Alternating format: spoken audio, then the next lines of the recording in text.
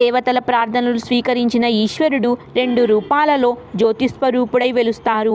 ఒకటి ప్రణవ రూపంలో ఓంకారేశ్వరుడు కాగా, రెండవది పార్థివలింగ స్వరూపుడై శ్రీ అమరేశ్వరుడుగా విరాజిల్లుతున్నాడు. ఉజ్జయిని గుడిలో కింద మహేశ్వరుడు, పైన ఓంకారేశ్వరుడు ఉన్నట్లే ఇక్కడ కూడా కింద ఓంకారేశ్వరుడు, పై అంతస్తులో మహాకాళేశ్వరుడు ఉంటారు. ఓంకారేశ్వర స్వామి వారి గుడి 4 అంతస్తుల్లో ఉంటుంది. కిందన ఓంకారేశ్వరుడు, మొదటి అంతస్తులో మహాకాళేశ్వరుడు, మిగతా 3, 4 అంతస్తుల్లో ఉపాలయాలు, శివుడు, అమ్మవారి విగ్రహాలు ఉంటాయి.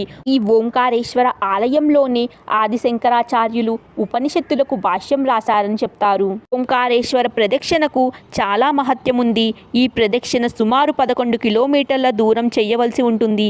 ఈ ప్రదక్షిణ ఓంకారేశ్వర ఆలయం నుండి మొదలయ్యి మరలా అక్కడే పరిసమాప్తమవుతుంది. ప్రదక్షిణ చేసే త్రోవలో మనకి ద్వారకాధీశుడి ఆలయం, నర్మదా కావేరి సంగమం, శ్రీ వృణముక్తేశ్వర స్వామి ఆలయం మొదలైన ఆలయాలను మనం ఈ ప్రదక్షిణ మార్గంలో దర్శించుకోవచ్చు.